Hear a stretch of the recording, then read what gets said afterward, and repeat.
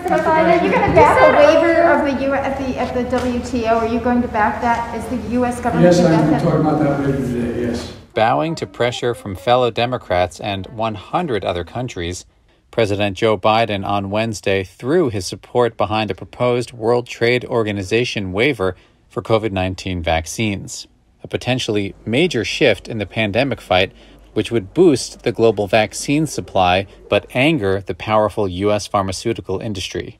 In a tweet, WHO Chief Tedros Adhanom Ghebreyesus called it, quote, a monumental moment in the fight against COVID-19 and, quote, a powerful example of American leadership to address global health challenges. Stocks for vaccine makers Pfizer, Moderna, BioNTech, and Novavax fell on the news.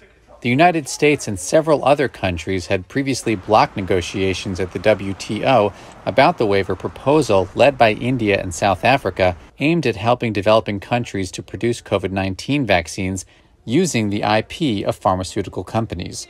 But Biden had been facing calls to change course as the COVID crisis grows more dire in certain hotspots, especially in India.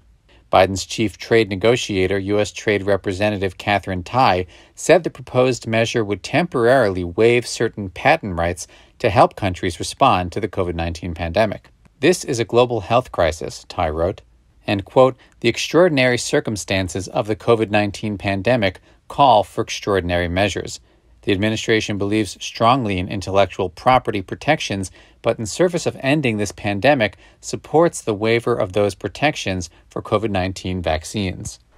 Because WTO decisions require a consensus of all members, Tai cautioned negotiations would take time.